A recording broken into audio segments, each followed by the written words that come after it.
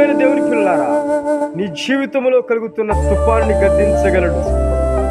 నీ జీవితంలో రేగుతున్న అలలను ఆయన గద్దించగలడు.